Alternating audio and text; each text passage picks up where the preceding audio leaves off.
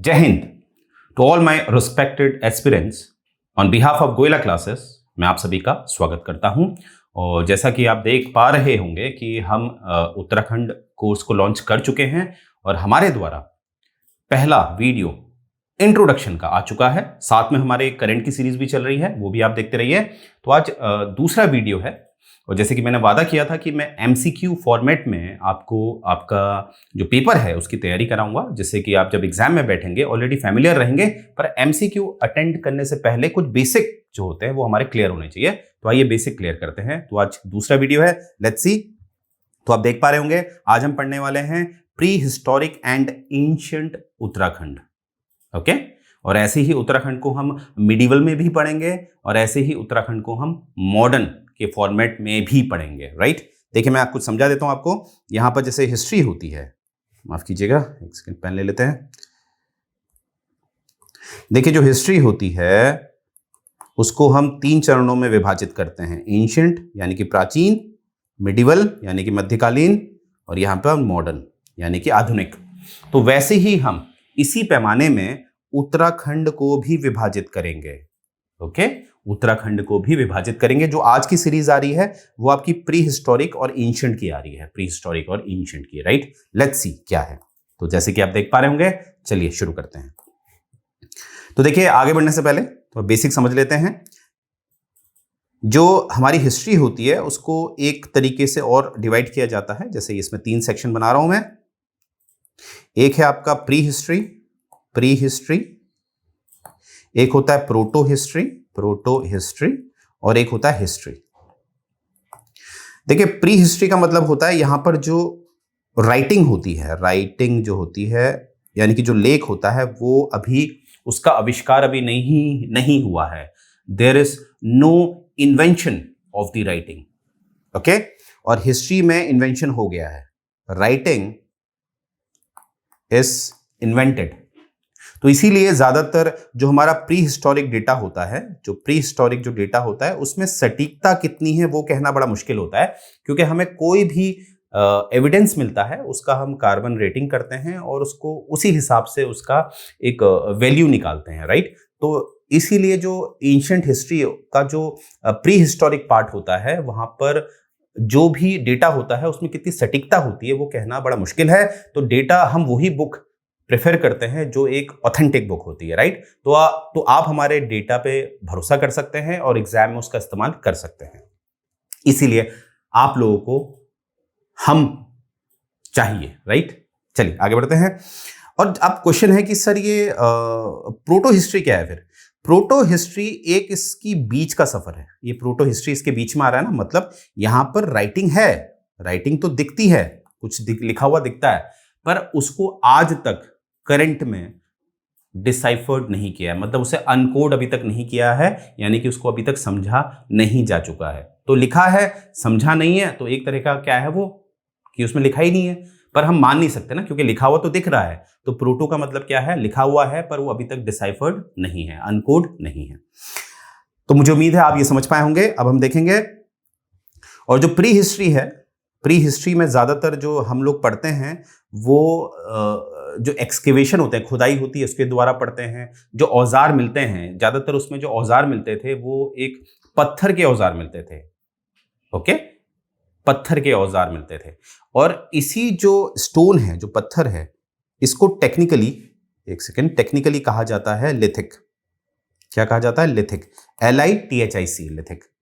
तो इसी जो पत्थर हैं इनको एक समय के अनुसार बांटा गया है, क्योंकि history is all about time. यानी कि आज थर्सडे है, कल वेडनेसडे था, तो वो भी तो हिस्ट्री हो गया। तो history is all about time. Right, तो वैसे ही हिस्ट्री को समझने के लिए जो पुरानी हिस्ट्री है, प्री हिस्टोरिक हिस्ट्री है, उसको समझने के लिए हमने उसको कैसे विभाजित किया है? एक पत्थर के, एक स्टोन के आधार पर विभाजित किया है। देखिए उसका एक स्टैंडर्ड हमने मेंटेन किया है, तो उस स्टैंडर्ड को हमें याद रखना है। तो देखेंगे स्टैंडर्ड क्या है। जो सबसे स्टोन एज जो होती है, क्योंकि उस समय तो पत्थर का ही इस्तेमाल करते थे ये लोग, चाहे आभूषण बना रहे हैं चाहे हथियार बना रहे हैं। तो सबसे पहला होता था पैलियोलिथिक, पैलियोलिथिक। दूसरा है मेसोलिथिक, मेसोलिथिक। और लिथिक, लिथिक आप देख रहे होंगे कॉमन आ रहा है, यानी कि ये स्टोन है। और लास्ट होता है नियोलिथिक। नियोलिथिक, यहां पर भी लिथिक दिख रहा है, राइट। अब देखिए पैलियोलिथिक का जो समयकाल है वो माना जाता है 5 लाख ईसा पूर्व से लेकर लगभग 10,000 10 के 10,000 ईसा पूर्व, यानी कि इसे कहते हैं बिफोर कॉमन एरा।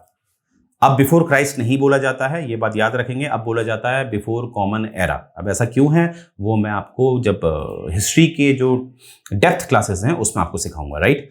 नेक्स्ट हम देखेंगे जो मेसोलिथिक का जो समयकाल माना जाता है, जो स्टैंडर्ड है वो है 10K से 10,000 से लेकर 6,000 के मध्य।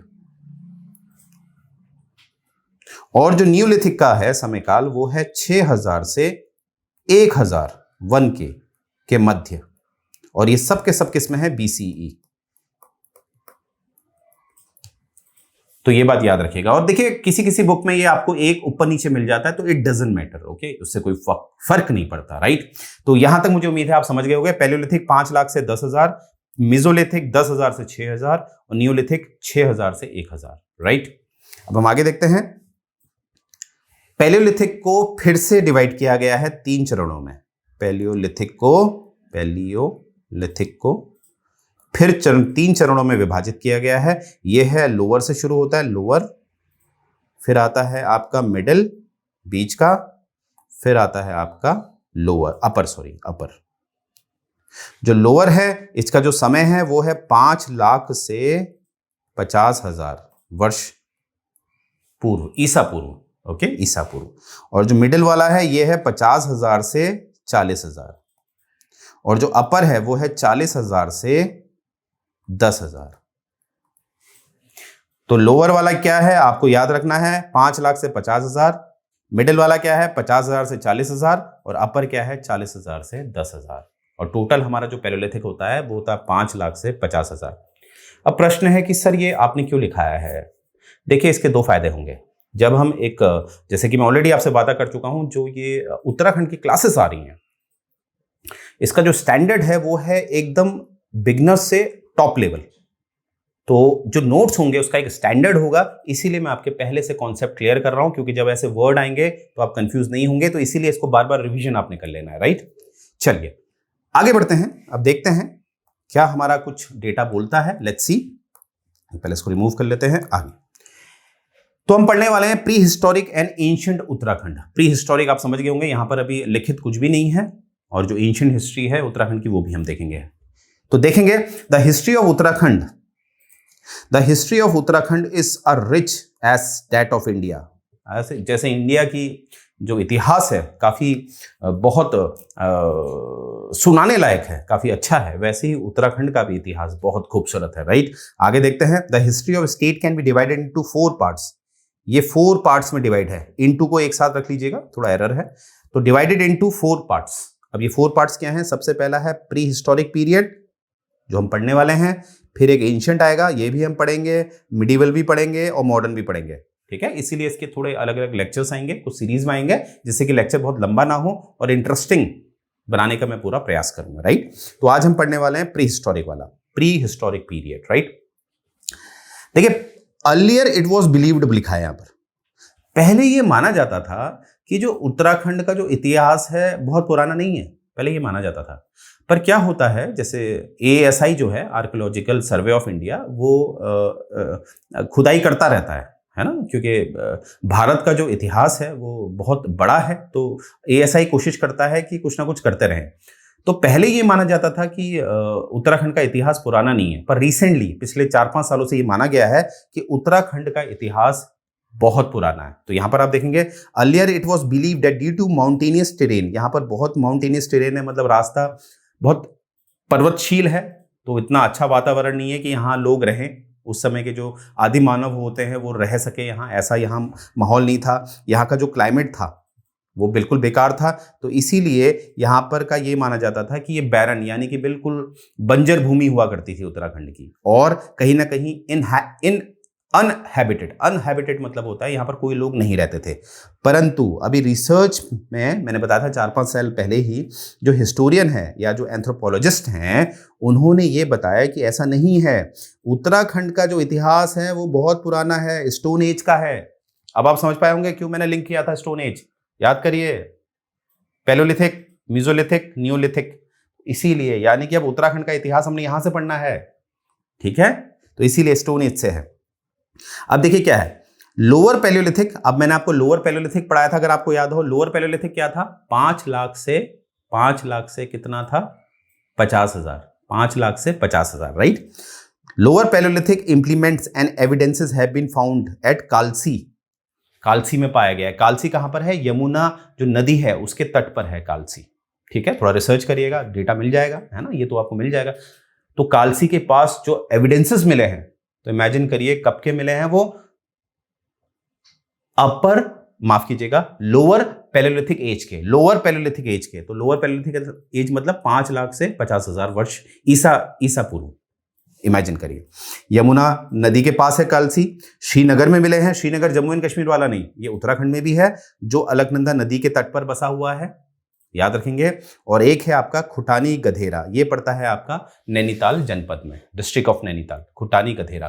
तो क्या है? कालसी पहला, दूसरा है आपका श्रीनगर, और तीसरा है आपका खुटानी गधेरा। तो यहां पर आपको क्या मिले हैं? लोअर पैलियोलिथिक एविडेंसेस मिले हैं, यानी कि समझ लीजिए लगभग 5 लाख से 50,000 वर्ष पूर्व यहां लोग रहते थे, राइट। और साथ में देखिए और क्या लिखा है? इन नैनीताल डिस्ट्रिक्ट, एंड साथ में ईस्टर्न रामगंगा, क्योंकि रामगंगा जब मैं आपको ज्योग्राफी पढ़ाऊंगा उत्तराखंड की तो आपको पता चलेगा कि 2 तरह की रामगंगा हैं, पूर्वी और पश्चिमी, ईस्टर्न एंड वेस्टर्न। तो अभी ईस्टर्न रामगंगा जो है, जो अल्मोड़ा जनपद में पड़ती है, वहां पर भी मिले हैं, राइट। इसी फेज के, इसी टाइम पीरियड के, इसीलिए मैंने आपको पहले टाइम पीरियड समझा दिया था। अच्छा, ये देखिए श्रीनगर जो है, जो अभी नाम आया था, अलकनंदा के पास जो है, अलकनंदा तट जो नदी है उसके पास जो है, वहां पर मिडिल पैलियोलिथिक एज के भी हमें एविडेंसेस मिले हैं, यानी कि यहां पर लोअर के भी मिले हैं 5 लाख से 50,000, और मिडिल के भी 50,000 से 40,000 के मध्य के भी मिले हैं, right. As now no evidences of upper palaeolithic have been found in the state.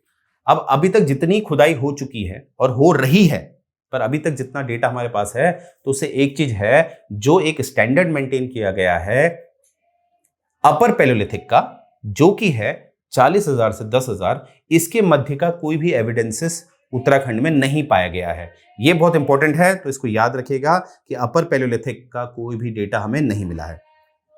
अब एक बहुत अच्छे हिस्टोरियन भी हैं, आर्कियोलॉजिस्ट भी हैं, एमपी जोशी साहब, इन्होंने डिस्कवर किए हैं quartzite instrument near Jaskot. Jaskot आपका पौड़ी में पड़ता है। और क्वार्टजाइट क्या होता है? देखिए क्वार्टजाइट का मैं यहीं पर आपको बता देता हूं। जब आप ज्योग्राफी पढ़ेंगे तो वहां पर आपको मैं 3 तरह के पत्थर पढ़ाऊंगा। एक सेकंड, पेन का कलर बदल देते हैं। 3 तरह के पत्थर पढ़ाऊंगा। एक होता है igneous rock, don't worry, Hindi में भी डेटा मिल जाएगा, अभी शॉर्ट में इंग्लिश में को ही रखते हैं। दूसरा है सेडिमेंट्री रॉक्स, और तीसरा है आपका मेटामॉर्फिक। तो ये जो क्वार्टजाइट होता है ये इस कैटेगरी में आता है। ये जो क्वार्टजाइट स्टोन है ये आता है मेटामॉर्फिक कैटेगरी में। तो एग्जाम वाइज ये भी पूछ लेते हैं, ये किस कैटेगरी में आता है, नंबर 1, नंबर 2, नंबर 3। तो क्वार्टजाइट जो है वो किस कैटेगरी में आता है? मेटामॉर्फिक रॉक है ये, राइट। तो देखिए मैंने बताया था उस समय के लोग, क्योंकि मेटल तो डिस्कवर नहीं हुआ था, तो पत्थर से ही हथियार बनाते थे, तो यहीं से हमें पता चलता है। तो देखिए जो एमपी जोशी साहब हैं, उनको क्वार्टजाइट के कुछ इंस्ट्रूमेंट्स मिले हैं। कहाँ मिले हैं? जसकोट में। और वो कह रहे हैं कि ये एपी पैलियोलिथिक पीरियड के हैं। अब क्वेश्चन है सर ये एपी पैलियोलिथिक पीरियड क्या है? ये तो आपने पढ़ाया नहीं। देखिए सिंपल सी बात है, अभी मैंने आपको बताया था, एक होता है, अगर मैं इसको विभाजित करूं, एक होता है पैलियोलिथिक, एक होता है मीजोलिथिक, एक होता है न्यूलिथिक।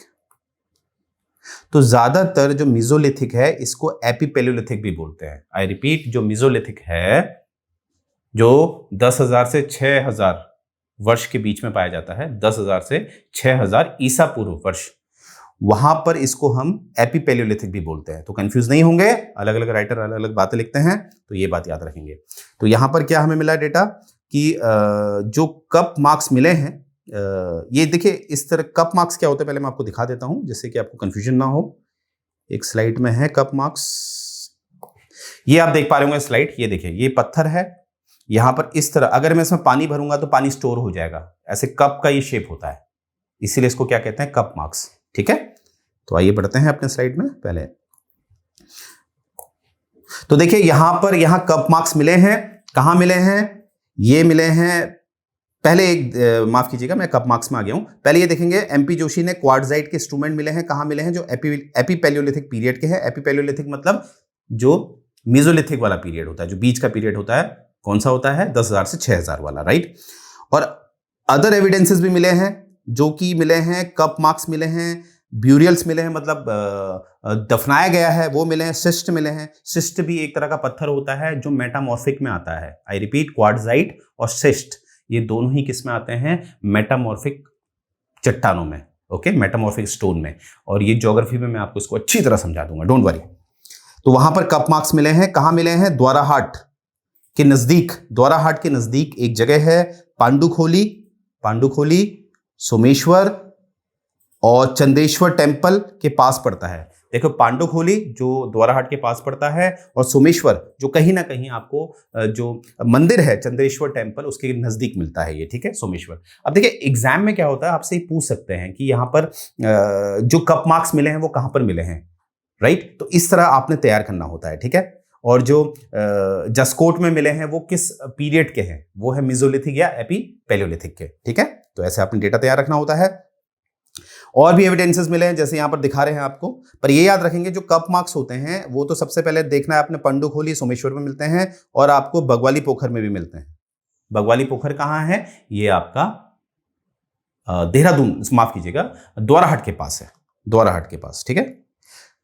तो ये जो द्वाराहाट के पास जो जगह है बगवाली पोखर, आई रिपीट, द्वाराहाट के पास जो जगह है बगवाली पोखर, इसमें जो कप मार्क्स मिले हैं वो मिले हैं किस एज के, न्यूलिथिक एज के। और न्यूलिथिक एज मैंने आपको बता दी थी, कौन सी थी, 4000 से 1000 ईसा पूर्व, 4000 से ईसा पूर्व। तो ऐसे क्वेश्चन आपके बनते हैं यहां से, राइट। तो इसीलिए मैंने पहले आपको टेबल बता दिया था, राइट। और एमपी जोशी साहब कहते हैं जो ये कप मार्क्स मिले हैं बिल्कुल जो बुर्जहोम है जो कश्मीर में है बिल्कुल सिमिलर है। जैसे बुर्जहोम कश्मीर में जो कप मार्क्स मिले हैं वो सेम मिले हैं आपके उत्तराखंड में। तो क्या अंदाजा लगाया जा सकता है, मे बी एक ही लोग हों, क्योंकि अगर जो संस्कृति मिल रही है, आर्ट कला जो है वो मिल रही है, तो हो सकता है लोगों ने अपना पलायन किया हो। तो एक अंदाजा लगा सकते हैं, जैसे मैंने बोला था एंशिएंट हिस्ट्री या प्री हिस्ट्री में हम अंदाजा ही लगाते हैं, राइट, एविडेंसेस के बेस में। अब हम बात करेंगे evidences of the early man. अब जो उस समय क्या क्या लोग रहते थे उनके एविडेंसेस हैं क्या।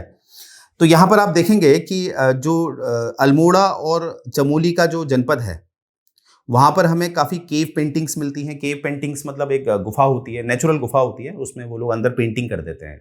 जैसे अभी आपकी स्लाइड आएगी तब आप समझ पाएंगे किस तरह की पेंटिंग होती है, वो मैं आपको दिखाऊंगा अभी। तो वहां पर आपको मिलती है।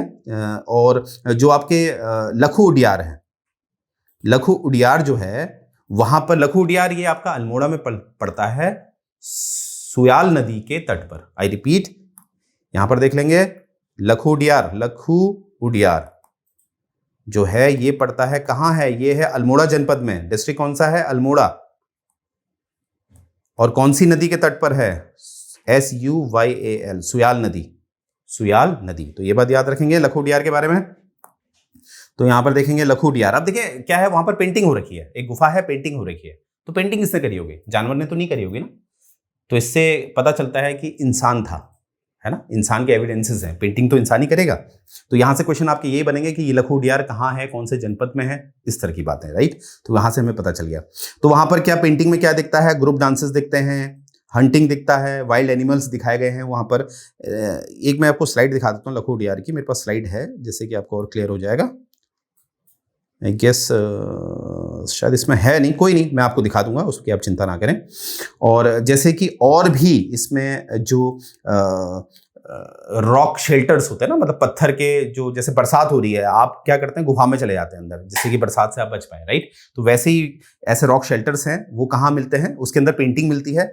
उसके है फटकनौली, ये याद रखना है आपको, फलसीमा, लोएथाप, पेटशाल, कलामती, मल्ला पेनाली, ये सब कहाँ है, अल्मोड़ा जनपद में। ये सब कहाँ है, अल्मोड़ा जनपद पे।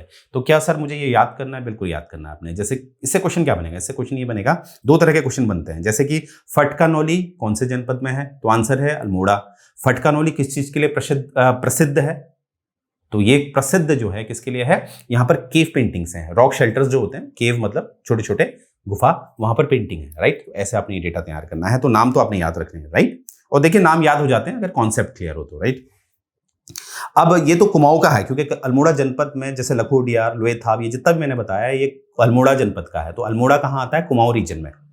अब गढ़वाल में भी है क्या कुछ ऐसा केव पेंटिंग्स, ऐसे कुछ, या है गढ़वाल में अगर आप देखेंगे तो यहां पर है ग्वारखा उद्यार, अल्मोड़ा का लखोदियार और गढ़वाल का ग्वारखा उद्यार। और ये कहाँ है, along Alaknanda valley, Alaknanda valley के। और आगे देखेंगे एक किम्मी विलेज है, किम्मी गांव है, जो कहाँ है, पिंडर नदी के, जो घाटी है पिंडर नदी की उसके साथ है, जो कहाँ है, चमोली जनपद पर, चमोली जनपद पर। अच्छा, आप ध्यान से देख रहे होंगे कि जितने भी ये लखोडियार हैं ये जुड़े हुए हैं किसी नदी के तट से। ऐसा क्यों, valley of river, why, because देखिए आदमी को उस समय एक मकान नहीं चाहिए होता था, उसको बेसिक जो रिक्वायरमेंट होती है वही चाहिए होता था, एक खाना और एक पानी। तो ज्यादातर हमें ये केव पेंटिंग्स ये सब कहाँ मिलते हैं, नदियों के तट पर। तो हमेशा एग्जाम में देखिएगा आप, जो भी ये साइट्स होती हैं, जो ये केव पेंटिंग्स वाली जो होती है ना, गुफा में कुछ चित्र बनाए हैं, इससे संबंधित कहीं ना कहीं जो नदी है या जो तट है वो जरूर पूछा जाता है। तो ये बात याद रखेंगे, ठीक है। तो गोरखा उडियार कहाँ पर है, ये अलकनंदा नदी के तट पर है। लखोदियार कहाँ पर है, सुयाल नदी, ठीक है। तो देखिए एक है ना। अच्छा, आगे देखते हैं इसमें और क्या चीजें हमें समझने वाली, काम की चीज कौन सी है। जैसे गढ़वाल ब्यूरियल्स हैं, ब्यूरियल्स मैंने कहा था जहां दफना दिया जाता था, वो बिल्कुल किस तरह है, ये जो गढ़वाल ब्यूरियल्स ये कहाँ पाए गए हैं, मलाड़ी गांव में पाए गए हैं, जो गढ़वाल में है। बिल्कुल कैसे हैं, जैसे बुर्जा होम में, बुर्जा होम मैंने बताया था अभी कश्मीर वाला है, मतलब ब्यूरियल्स जो हैं, जो जहाँ दफनाया जाता है बिल्कुल वैसे ही हैं जैसे कश्मीर में है, राइट। और जो ड्वेलिंग प्लेसेस हैं वो भी सेम है। ड्वेलिंग मतलब होता है जहाँ पर लोग रहते थे। देखिए उस समय जो रहते थे लोग, वो कैसे रहते थे, वो गड्ढा करते थे जमीन में और नीचे रहते थे, गड्ढे के नीचे, और ऊपर कुछ रख देते थे पत्तों का, तो उसे ड्वेलिंग कहते थे, यानी कि एक तरह का घर मान लीजिए। तो बुर्जा होम और उत्तराखंड का जो गढ़वाल क्षेत्र है या उत्तराखंड का जो कुमाऊं क्षेत्र है, वहां पर जो ड्वेलिंग यानी कि घर मिले हैं, उनमें समानता है। देखिए इतनी समानता से आप जब आप मेंस राइटिंग करते हैं तो उसमें लिख सकते हैं कि ये कहीं ना कहीं हो सकता है, अंडरलाइन हो सकता है कि ये एक ही हो, ये पलायन किया हो इन्होंने, राइट। चलिए आगे बढ़ते हैं। तो यहां तक मुझे उम्मीद है आपको समझ में आ रहा होगा। मैं कोशिश कर रहा हूं इसको बहुत ईजी करने की। Painted rock shelters of Uttarakhand belong to stone age. जितने भी जैसे ये पेंटिंग मिलती है ना, मतलब जो पेंटिंग करते हैं लोग, लाल पीला कलर इस्तेमाल करके जो चित्र बना रहे हैं, ज्यादातर ये क्या होता है, स्टोन एज का ही होता है, राइट, स्टोन एज का। अब क्वेश्चन है कि सर स्टोन एज में कलर कहां से आ गया। देखिए पत्ते होते हैं, फूल होते हैं, अलग अलग कलर के होते हैं, राइट। उनको ये लोग पत्थर से पीस देते थे, राइट, मिक्सिंग कर दिया, बस कलर बन गया, राइट। अब यहां पर आप देख रहे हो लखोडियार कितना है, 20 किलोमीटर फ्रॉम अल्मोड़ा, ये अल्मोड़ा जागेश्वर रोड पे पड़ता है। बैंक ऑफ सुयाल नदी में है, एग्जाम वाइज वेरी इंपॉर्टेंट। फटकनौली कहाँ है, ये अल्मोड़ा पिथौरागढ़ का जो मार्ग है वहां पर पड़ता है। फलसीमा कहाँ पर है, नॉर्थ ऑफ अल्मोड़ा सिटी में है। ग्वारखा उद्योर कहाँ पर है, दुंगरी विलेज है चमोली का, वहां पर है। किमनी रॉक शेल्टर्स कहाँ पर है, ये कर्णप्रयाग ग्वालदम रोड पे है। Kimni village of Chamoli district है। देखिए किमनी जो है ये बहुत इंपॉर्टेंट गांव है, तो इसको याद रखिएगा कहाँ पर है, कर्णप्रयाग ग्वालदम रोड में है, और जो इसका जनपद है वो चमोली है, ठीक है। अदर केव पेंटिंग है, लोएथाप है, पेटशाल है, ये सब मैंने बताया था, ये अल्मोड़ा जनपद में है। तो आपके एग्जाम में क्वेश्चन क्या आएगा, मैच द फॉलोइंग। लोएथाप कहाँ पर है, कौन सा जनपद है, अल्मोड़ा, ठीक है। और किमनी विलेज का कौन सा है, चमोली जनपद। तो ये चीज याद रखिएगा, ऐसे क्वेश्चन आपके बनेंगे, ओके। ऑलरेडी रेड से हाईलाइट किया हुआ है, तो आप निश्चिंत रहिए। आपको ये जो नोट्स जब आप परचेस करेंगे तो इसमें ऑलरेडी हाईलाइट किया गया है, आपको पूरा पढ़ने की जरूरत नहीं है। जो हाईलाइटेड पॉइंट्स हैं आपने उसको बिल्कुल याद कर लेना है और कॉन्सेप्ट माइंड में क्लियर रखने हैं, राइट। अब देखिए मेगालिथिक कप मार्क्स। अब आप कहेंगे सर ये मेगालिथिक क्या है, मेगालिथिक तो मैंने पढ़ाया नहीं। सर आपने पैलियोलिथिक पढ़ाया, मेसोलिथिक पढ़ाया, नियोलिथिक पढ़ाया और एपीपैलियोलिथिक पढ़ाया, पर ये मेगालिथिक तो पढ़ाया नहीं। देखिए मेगालिथिक का मतलब होता था मेगा प्लस लिथिक। इसका क्या मतलब होता है, मेगा मतलब होता है बड़ा, बिग, बड़ा, बिग। जब बड़े बड़े पत्थरों का इस्तेमाल होने लगा, जैसे किसी की डेथ हो गई है तो उसको नीचे दफना दिया है तो उसके ऊपर बड़ा पत्थर रख दिया, यानी कि बड़े बड़े पत्थरों का जब इस्तेमाल होने लगा तो उस युग को कहने लगे मेगालिथिक पीरियड। अब मेगालिथिक के बारे में एक याद रखेगा, जैसे ये मेसोलिथिक है, ये नियोलिथिक है ना। मेसोलिथिक और नियोलिथिक के दौरान ही ये जब बड़े बड़े पत्थरों का इस्तेमाल होने लगा तो ये जो मेगालिथिक है, मेगालिथिक आपका मीजोलिथिक का भी भाग बन सकता है, क्योंकि बड़े बड़े पत्थरों का इस्तेमाल यहाँ होने शुरू हो गया था, जो कि न्यूलिथिक तक गया। तो इसीलिए जब बड़े बड़े पत्थरों का इस्तेमाल होने लगा तो हम उसको सीधे मेगालिथिक कह देते हैं, अलग से उसे डिफाइन नहीं करते हैं कि वो मीजोलिथिक है या न्यूलिथिक है, राइट। मुझे उम्मीद है आप समझ गए होंगे। तो यहां पर क्या है, मेगालिथिक कप मार्क्स। अब मेगालिथिक ये दिख रहा होगा आपको, ये दिख रहा होगा आपको, इतने बड़े पत्थर पे ऐसे कप मार्क्स बने हैं, इतने बड़े पत्थर पे।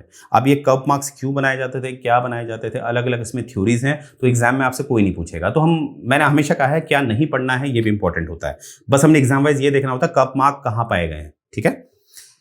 तो देखते हैं, ये है सुरेग्याल मुनिया छोरा, ठीक है। अब ये सुरेग्याल मुनिया छोरा एक गांव है जो कहां है, मासी रोड, द्वाराहाट ब्लॉक, अल्मोड़ा। यानी कि इसका जो जनपद है, ये जो पाया गया है, ये जनपद है इसका अल्मोड़ा।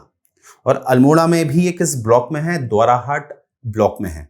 और द्वाराहाट ब्लॉक के भी किस गांव में है, ये है सुरेग्याल मुनिया छोरा, मुनिया छोरा। तो इतना डेप्थ तो मुझे नहीं लगता आपसे पूछेंगे, बस हाँ ये पूछ सकते हैं, ब्लॉक तक पूछ सकते हैं, यानी कि द्वाराहाट याद रखेंगे और जनपद तो याद रखेंगे अल्मोड़ा, राइट।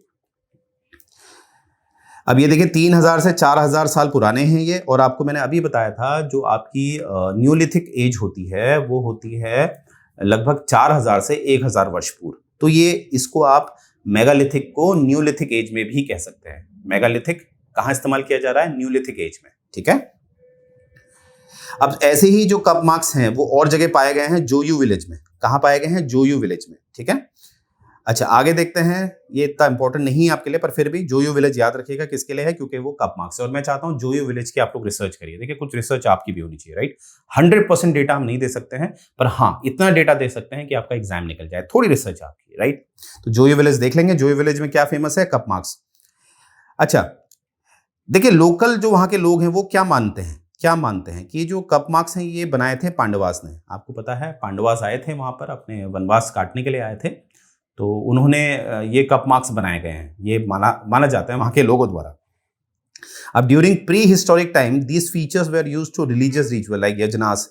अब जो प्री हिस्टोरिक टाइम था, प्री हिस्टोरिक टाइम मैंने आपको बताया था जहां पर लेख डेवलप नहीं हुए थे, रिटर्न नहीं था, तो वहां पर ये यजनास, यजनास मतलब होता है यज्ञ, यानी कि आप रिचुअल करते हैं, यज्ञ करते हैं, जिसमें आप जो भी होता है जैसे घी चढ़ाते हैं, इस तरह की चीजें, तो वहां पर इनका इस्तेमाल किया जाता था, ये माना जाता है, राइट। नेक्स्ट हम देखेंगे। अब देखिए ये है रामाथिपिकेस, रामापिथेकस। अब ये क्या है, देखिए ऐसा है, आपको पता है कि जो इंसान बना है वो एक बंदर से बना है, राइट, हम ये मानते हैं ना। तो देखिए ये जो डेवलपमेंट होता था जब हम एंथ्रोपोलॉजी पढ़ते हैं, जो मैं जब पढ़ाऊंगा आपको, डोंट वरी, उसमें हम देखेंगे कि मानव का विकास कैसे होता है, होमो जैसे सेपियन, होमोसेपियन, होमोसेपियंस, इस तरह से, राइट। तो जो विकास होने लगा, तो जब इंसान पूरी तरह से नहीं बना, उससे पहले का पीरियड जो था जब इंसान पूरी तरह नहीं बना है, यानी कि जब सर काफी बड़ा है, जब इंसान पूरी तरह बना तो सर छोटा होने लगा, आप देखिएगा। तो जब सर काफी बड़ा बड़ा सा है तो वहां पर हमें एक स्कल मिला हुआ है, एक ये आपको दिख रहा होगा, ये चीज मिली हुई है, ये हमें कश्मीर में जो क्षेत्र है वहां पर भी मिला हुआ है, तो इसको कहते हैं रामापिथेकस। तो रामापिथेकस के जो अवशेष हैं वो हमें मिले हैं, ठीक है, होमिनाइड्स में आता है ये। मतलब इससे ये पता चलता है कि कहीं ना कहीं जो उत्तराखंड की भूमि है ये काफी पुरानी है। अब देखिए रामापिथेकस होता था और एक शिवापिथेकस होता था, मैं लिख देता हूं, यहीं से क्लियर कर लेते हैं। एक होता था शिवापिथेकस और एक होता है रामापिथेकस। ऐसा ये माना जाता है कि जो शिवापिथेकस है वो मेल है और रामापिथेकस ये फीमेल है, ये माना जाता है, ठीक है। श्योरिटी तो एंशिएंट में कहीं होती नहीं है। ये जो डेटा मैं आपको दे रहा हूँ आर एस शर्मा का दे रहा हूँ, तो रेप्यूटेड बुक है। तो देखिए शिवापिथेकस का जो आकार है वो बड़ा है, स्कल का साइज बड़ा है, और जो रामापिथेकस है उसका स्कल का साइज छोटा है। तो वैसा होता है ना, जो आदमी होता है वो थोड़ा लंबा चौड़ा होता है, और जो वुमन होती है वो फिजिकली छोटी होती है कंपैरिजन किया जाए आदमी से, बट माइंड में तो आई गेस सभी बराबर है, राइट। तो ये अवशेष मिले हैं, तो रामापिथेकस मिला हुआ है और इसे हम स्टोन एज का मानते हैं, ठीक है। तो ये बात याद रखेंगे। नेक्स्ट देखेंगे ब्रॉन्ज एज। अब ब्रॉन्ज एज जो है आपको पता है जो ब्रॉन्ज एज होती है वो जहाँ पर ब्रॉन्ज का डिस्कवरी हो गई थी, ठीक है, तो उसको ब्रॉन्ज एज कहा जाता है। उसको हम आगे देखेंगे, बहुत अच्छे लेवल में आपको बताऊंगा। तो बस इतना याद रखेंगे आपकी ह्यूमन फिगर ऑफ ब्रॉन्ज, यानी कि ब्रॉन्ज का ह्यूमन फिगर मिला है जो उत्तराखंड में मिला है, ठीक है। और ये ज़्यादातर जो गंगा वैली है वहाँ आसपास मिला हुआ है, इस तरह की चीज़ें, ठीक है। तो ये इतना इंपॉर्टेंट नहीं है, बस इतना याद रखेंगे कि ब्रॉन्ज एज का भी हमें कुछ एविडेंसेस मिले हैं, हालांकि इससे इतना क्वेश्चन बनेगा नहीं आपका, ठीक है। अब देख लेते हैं वैदिक एंड पुरानिक एज। वेद जहाँ बने थे भैया, आर्यंस आए थे, है ना। जैसे आपका जो इंडस वैली सिविलाइजेशन है, हड़प्पा सभ्यता जिसे हम कहते हैं, वो लगभग 2500 से, एक बात लिख लेते हैं, जो हड़प्पन सभ्यता है उसे हम 2500 से लगभग 1500 बीसी की मानते हैं, ईसा पूर्व। और जो आर्यंस हैं, ऋग्वेद हैं, वो 1500 से लगभग 500 के आसपास हम मानते हैं। आसपास को याद रखिएगा, आसपास हम मानते हैं, ठीक है। अलग अलग बुक अलग अलग कोट करती है, ऑब्वियस सी बात है, क्योंकि कार्बन रेटिंग पे हम निर्भर रहते हैं तो कभी कभी ऊपर नीचे आ जाती है, राइट। तो ये है हमारी हड़प्पा सभ्यता और ये है हमारा ऋग्वेद, वैदिक पीरियड हम कह सकते हैं, आर्यंस आए थे इसमें, ठीक है। तो वेद वाली बात हो रही है, वैदिक एंड पुरानिक एज। देखिए ऐसा है, 2 भागों में विभाजित किया गया था उस समय वेदों में, केदारखंड और मानसखंड। केदारखंड आजकल का गढ़वाल और मानसखंड आजकल का कुमाऊं, ठीक है। स्कंद पुराण में ये बताया गया है, तो कभी कभी आ जाता है स्कंद पुराण में, ठीक है। देखिए मानसखंड जो है वो ईस्टर्न पार्ट है, जैसे कि यहाँ देखिए, अगर आपको याद हो, जैसे कि ये अगर हम मैप बनाएं, जैसे कि मैंने आपको कहा था, आप मैप बनाने में बिल्कुल कंफर्टेबल होने चाहिए। अगर आप नहीं हैं तो आप अभी बहुत गलती कर रहे हैं, बहुत मेहनत करनी है। तो अगर ऐसे इसको विभाजित कर दूं, तो ये पूर्वी भाग जो ज़्यादातर कुमाऊं का होता है और ये पश्चिमी भाग जो गढ़वाल का होता है, ठीक है। तो यहाँ पर देखिए वही बात है कि मानसखंड जो है वो डिस्क्राइब करता है, मानसखंड जो है वो कुमाऊं का हिस्सा है। और कुमाऊं जो ओरिजिनेट हुआ है, वो जो कुर्मा अवतार लिया था लॉर्ड विष्णु ने एक अवतार लिया था जिसका कुर्मा, तो वहीं से जो नेम आया वो कुर्मांचल आया, जो क्षेत्र का जो नाम आया कुर्मांचल आया। और जो केदारखंड है, केदारखंड एंड मानसखंड है, ये मिलके कहलाते हैं। जैसे कुर्मा से तो कुर्मांचल बना, यानी कि कुमाऊं। और अगर मैं बोलूं कि जो केदारखंड और जो मानसखंड है, जिसे आज आप उत्तराखंड जानते हैं, मानसखंड और केदारखंड, यानी कि जो केदारखंड और मानसखंड है, उनको दोनों को मिला के किस किस नाम से जाना जाता है? ब्रह्मपुर, खासदेश और उत्तराखंड। ये देखिए, ये वेदों में लिखी हुई बात है, इसीलिए जब उत्तराखंड बना था तो वो उत्तरांचल था। 9 नवंबर 2000 को जब बना था तो वो उत्तरांचल था, ठीक है। परंतु आपको पता है कि उसका जो अगला नाम है, वो आपने मुझे कमेंट में वो डेट लिखनी है कि कब जो उत्तरांचल का नाम उत्तराखंड बना। मैं थोड़ा सा हिंट दे देता हूँ, 1 जनवरी है, वर्ष आप बताएंगे। तो उत्तराखंड नाम इसीलिए पड़ा क्योंकि वो वैदिक नाम था, ऐसे अपने मन से नहीं बना कि उत्तराखंड क्रांति दल ने कहा उत्तराखंड बनाना है, नहीं, ऐसा नहीं। उत्तराखंड का नाम हमें वेदों में मिलता है, मानसखंड और केदारखंड को मिलकर क्या बनता है? उत्तराखंड। तो इसीलिए आज हम क्या जानते हैं, 27वां राज्य कौन सा है? उत्तराखंड, ठीक है। सब कुछ इतिहास से हमें आंसर मिल जाते हैं, इसीलिए इतिहास की खूबसूरती है, ठीक है, कि आज जो है वो क्यों है वो हमें पता चल जाता है। तो मुझे उम्मीद है आप इतिहास को एंजॉय करेंगे आप, ठीक है। अच्छा, अब बुद्धिस्ट जो लिटरेचर है, बुद्धिस्ट जो लेख हैं, उनमें किस नाम से मिलता है? ये हिमवंत नाम से मिलता है। हिमालय, ठीक है, तो हिमालय के पास ही है, तो हिमवंत, ठीक है। तो ये चीज याद रखने हैं, ऐसे एग्जाम में क्वेश्चन आ जाते हैं। The Vedic Aryans were well acquainted with Sapta Sindhu which was other name of Uttarakhand. मतलब जो वैदिक आर्यंस लोग थे, मैंने बताया था, जो आर्यंस आए थे, है ना, 1500 बीसी, यानी कि ईसा पूर्व बीसी, तो उन लोगों ने इस क्षेत्र को किस नाम से वाकिफ थे? वो सप्त सिंधु यानी कि उत्तराखंड। और वैदिक लिटरेचर के हिसाब से जो उन्होंने लिखे हैं, जो उनके लेख हैं, उसमें यहाँ पर 2 यूनिवर्सिटी यानी कि 2 विश्वविद्यालय की बातें हैं। एक है बद्रिकाश्रम और दूसरा है कण्वाश्रम। बद्रिकाश्रम एंड कण्वाश्रम, ये बात याद रखेंगे। ये वैदिक टेक्स्ट में, ये जो लिटरेचर बनी थी उस समय, ठीक है, इतिहास लिखा गया था, उसमें ये बातें बताई गई हैं, तो ये याद रखेंगे। आगे देखेंगे, महाभारत का पीरियड देखते हैं। वेद व्यास, अरे माना जाता है कि भैया जो वेद व्यास हैं उन्होंने महाभारत यहीं लिखी थी, व्यास गुफा में लिखी थी, और जो कहाँ है वर्तमान में? चमोली जनपद पर। याद रखेंगे ये बात, ठीक है। तो महाभारत कहाँ लिखी गई है? किसके द्वारा लिखी गई? वेद व्यास। कहाँ लिखी? व्यास गुफा में। कहाँ है ये? चमोली डिस्ट्रिक्ट में, जिसमें कि आपको पता है 12 सालों का वनवास काटा था पांडवास ने। कहाँ? लखमंडल पे। लखमंडल वही जगह है जहां पर दुर्योधन ने कोशिश करी थी पांडवास और उनकी माँ जो कुंती है उनको जलाने की, राइट। तो लखमंडल, वहां भी आप जाएंगे तो आपको दिखेगा, बड़ा अच्छा है वहां पर। ये देखिए, kill Pandavas and their mother Kunti. तो लखमंडल कहाँ पर है? ये देहरादून जनपद में, ये बात याद रखेंगे। अलोंग यमुना वैली, यमुना घाटी जो है उसके साथ साथ है लखमंडल, ठीक है। देखिए, कोई भी वनवास काट रहा है, कुछ भी काट रहा है, ऑब्वियसली बात है उसको पानी तो चाहिए, मैंने बताया ना। इसीलिए कहीं ना कहीं जो बैंक होते हैं, रिवर बैंक, जो तट है, उनको अपने याद रखना होता है। कोई भी जो फेमस जगह होती है उसके जुड़ा हुआ जरूर पानी होगा। तो लॉजिक क्या है? पानी तो पीना है ना। तो जो एविडेंसेस ऑफ महाभारत हैं, महाभारत के जो एविडेंसेस हैं वो काशीपुर में भी मिलते हैं। काशीपुर कहाँ पड़ता है? ये काशीपुर आपका उधम सिंह नगर जो जनपद है वहां मिलता है। ये एक तराई क्षेत्र है, ठीक है। आगे बढ़ते हैं। अच्छा, महाभारत में बहुत सारे जनजातियों के नाम लिखे हैं, तो ऐसे पूछा जाता है क्योंकि ऐसी जनजातियां उत्तराखंड से संबंधित हैं। तो देखिए, यहाँ पर एक नाम याद रखेंगे खास, ये दिख रहा होगा आपको। एक सेकंड, पेन का चेंज कर देते हैं, रुकिए इसको। एक खास है आपकी, तंगान है, किम पुरुष है। ये जो ट्राइब्स हैं ये महाभारत में मेंशन है। और इसके अलावा भी 3 राज्य मेंशन है, जो 3 रिपब्लिक राज्य हैं। देखिए, रिपब्लिक का मतलब तो आज आप कहेंगे सर रिपब्लिक मतलब होता है किसी देश का मुखिया जो निर्वाचित होकर आता है। तो उस समय भी क्या यही मतलब था? नहीं, उस समय ये मतलब नहीं होता था। रिपब्लिक का मतलब होता था एक साम्राज्य, ठीक है, जो अपने कार्य खुद करता था, मतलब किसी और पर निर्भर नहीं होता था, ठीक है। तो 3 रिपब्लिक मिल रहे हैं। एक है नाग किंगडम, जो किसके अंडर था? कौरवास के अंदर था, माफ कीजिएगा, कौरविया के अंदर था। कौरवास अलग है, और कौरविया अलग है। और इनकी जो कैपिटल होती थी वो होती थी गंगाद्वार। अच्छा, यहाँ पर मैं अभी भी क्लियर कर देता हूँ, बहुत से स्टूडेंट क्लियर नहीं होते हैं इसमें। देखिए, अगर मैं इसको लिखूं, एक सेकेंड, ये है कौरवास, ठीक है, ये है कौरवास, RAVAS, ठीक है। और इसको एक बार देखेंगे, यहां पर आप देखेंगे ये लिखा गया है कौरविया, VYA, ये अलग है, ये कौरवास नहीं है, ठीक है।